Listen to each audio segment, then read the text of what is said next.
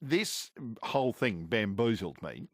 At a Melbourne gun show last weekend, it's been reported that replica canisters of Zyklon B were on display for sale. Now, tragically and infamously, that gas was used to slaughter millions of Jews in Nazi death camps during World War II. And a father and son reported seeing it and being traumatised. And I simply can't understand how anyone could ever think it's appropriate to put them on public display to sell them, and secondly, why anyone would buy that sort of stuff and why anyone would buy any Nazi memorabilia full stop, but particularly this, which is a replica of something that killed millions. 96 900 693 13 13 32. I want to hear from you. Have you been to gun shows? Have you been to military memorabilia shows and seen this Nazi stuff?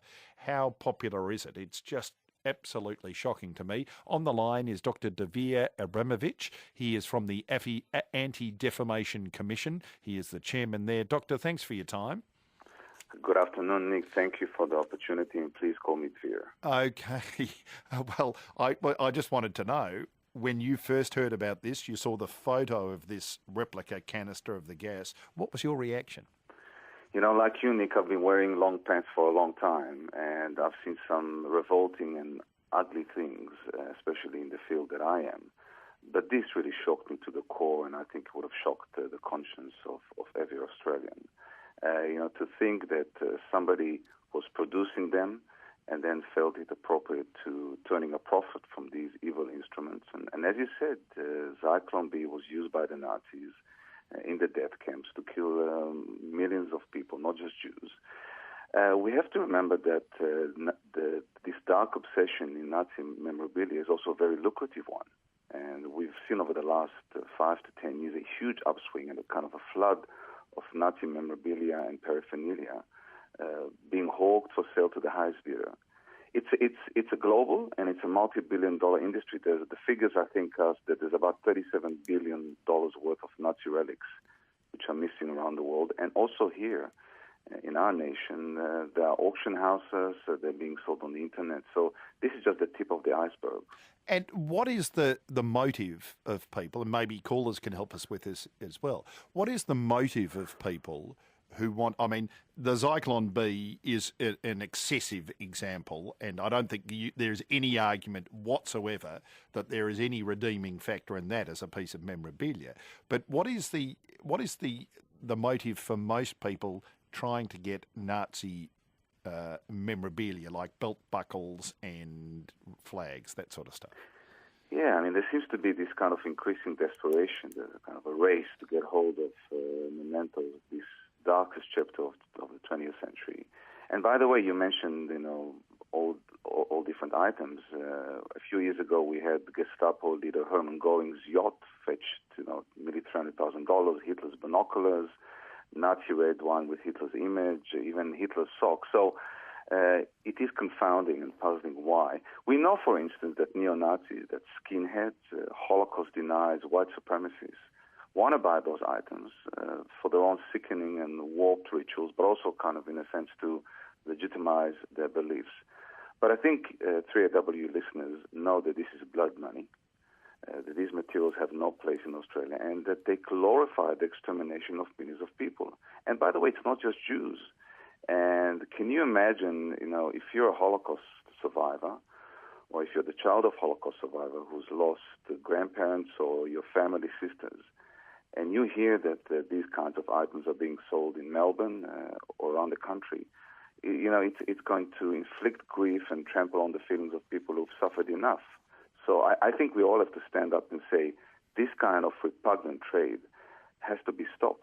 It really has to be stopped. But is there, and I understand, there are neo-Nazis who want it, and as you say, they want to use it to justify their sickening beliefs. But are there legitimate military memorabilia collectors who, do you think it's fair enough that they would like Nazi memorabilia as part of a legitimate collection? Nick, you're a seasoned journalist. You know that nothing in life happens in a moral vacuum. Yes. And if we allow these items to be sold, we are simply contributing to the acceptability of anti-Semitism, of racism and bigotry. And these kinds of issues that we are talking about now remind us that we need to reassess our standards. We have to look into our hearts. We have to reflect on the principles that guide us. And yes, Nazi memorabilia does test our values. I believe that it goes against every Australian value that we've always cherished. Yeah. And we are living in a time when there's a dramatic rise in anti-Semitism and hate speech and intolerance. We really cannot allow these items to be sold online, to be sold in military fairs. They belong in a museum. I'm not talking about the replica canisters, but if there are genuine items from that terrible, terrible era, they belong in a museum.